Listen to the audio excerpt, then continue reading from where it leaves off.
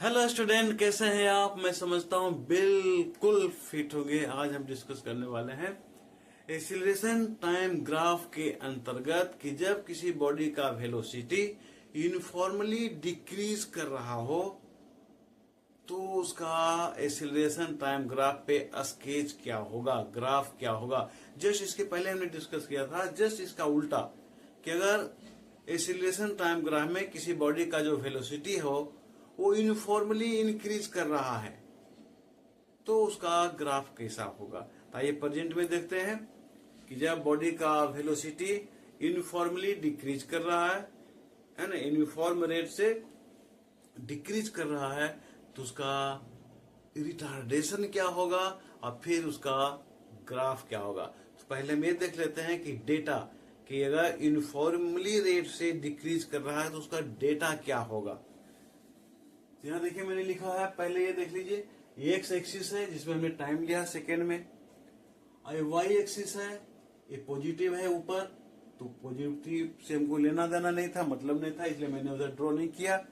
Y dash axis जो negative है इस पर आएगा हमारा रिटार्डेशन, मैंने लिखा है रिटार्डेशन। अब देखिए यहाँ डेटा है, डेटा टाइम में लिया है, टाइम सेकेंड में 0, 1, 2, 3, 4, 5, वेलोसिटी मीटर पर सेकेंड में 90, 80, 70, 60, 50, 40।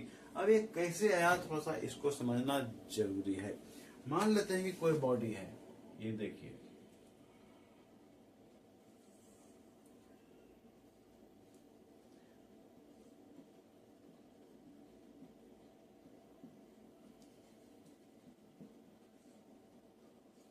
ठीक है। मान लेते हैं कि कोई बॉडी है जो पहले से ही मोशन में है, पहले से ही मोशन से आ रहा है, तभी तो उसका वेलोसिटी डिक्रीज करते हुए जा रहा है। तो जब हमने टाइम को नोट करना शुरू किया उसके पहले से बॉडी मोशन में है, मोशन में आ रहा है, और ए पॉइंट पर आने से पहले हमने तो टाइम नोट नहीं किया, उसमें नोट नहीं किया था, इसलिए मैंने यहां लिखा है 0। और जब बॉडी ए पॉइंट पर आने वाला था उस समय बॉडी का जो वेलोसिटी था 90 मीटर पर सेकेंड था, मैंने लिखा है 90 मीटर। और ए पॉइंट से बॉडी बी पॉइंट पर पहुंच जाता है, कितना टाइम लगता है? 1 सेकेंड। उस समय बॉडी का वेलोसिटी 90 से घटकर क्या हो जाता है? 80 मीटर पर सेकेंड घट के हो जा रहा है। फिर बी से सी पर आता है 1 सेकेंड में, तो उसका वेलोसिटी क्या हो जाता है? 70 मीटर पर सेकेंड। इस तरह से घटते जा रहा है वो, ठीक है।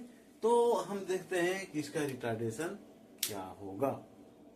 एक्सीलरेशन इन 0 सेकेंड, जब हम टाइम नोट करना शुरू नहीं किया था उस समय का, है ना, एक्सीलरेशन क्या हो जाएगा? 0 मीटर पर सेकेंड स्क्वायर हो जाएगा, क्योंकि हम टाइम नोट करना ही नहीं शुरू किया था तो टाइम तो 0 हो गया।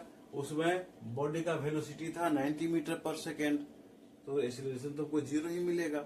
1 सेकेंड के बाद एक्सीलरेशन इन 1 सेकेंड, 1 सेकेंड के बाद बॉडी का वेलोसिटी हो गया 80 मीटर पर सेकेंड, ठीक है। तो ये हो गया हमारा फाइनल वेलोसिटी, और इसके पहले जो वेलोसिटी था 90 मीटर पर सेकेंड हो गया initial velocity.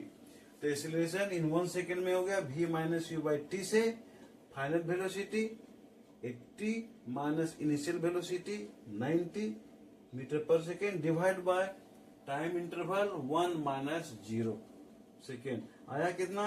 -10 metre per second square. अब 2 सेकेंड में देखते हैं, acceleration in 2 second, v minus u by t से ही 2 सेकेंड में वेलोसिटी हो गया कितना? 70 मीटर पर सेकेंड।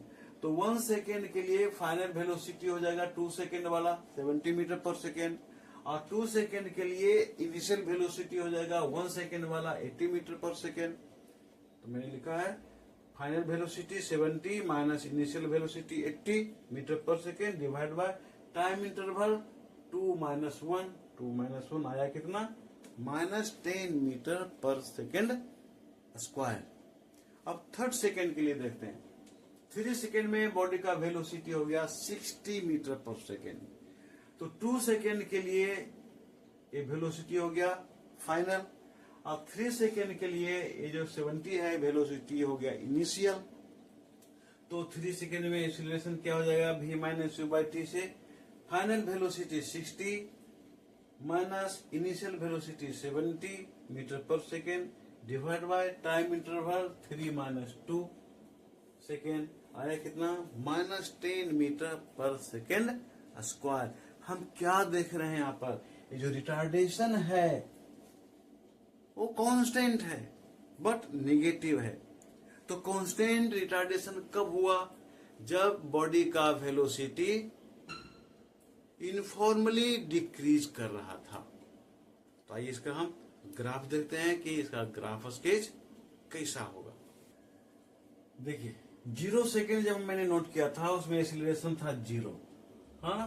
तो ये तो 0 ये हो गया 0 सेकेंड के लिए, यही से शुरू हो जाएगा, है ना, यही से शुरू होगा, ठीक है। उसके बाद 1 सेकेंड में एक्सीलरेशन कितना था, -10 मीटर पर सेकेंड स्क्वायर। तो 1 सेकेंड ये हो गया और -10 ये हो गया, हमको पॉइंट मिला क्या, ये। फिर 2 सेकेंड में एक्सीलरेशन कितना था, यानी रिटार्डेशन कितना था, -10 metre per second square 2 second में। तो 2 सेकेंड में ये होगा और एक्सीलरेशन निगेटिव में 10 मीटर पर सेकेंड स्क्वायर, यही पॉइंट हमको मिला। 3rd सेकेंड के लिए -10 मीटर पर सेकेंड स्क्वायर, यही होगा रिटार्डेशन। 3 सेकेंड के लिए टाइम तो आगे बढ़ गया, टाइम तो रुकेगा नहीं, ये हो गया। इसी तरह से 4 सेकेंड के लिए 5 सेकेंड के लिए क्या होगा, आगे की ओर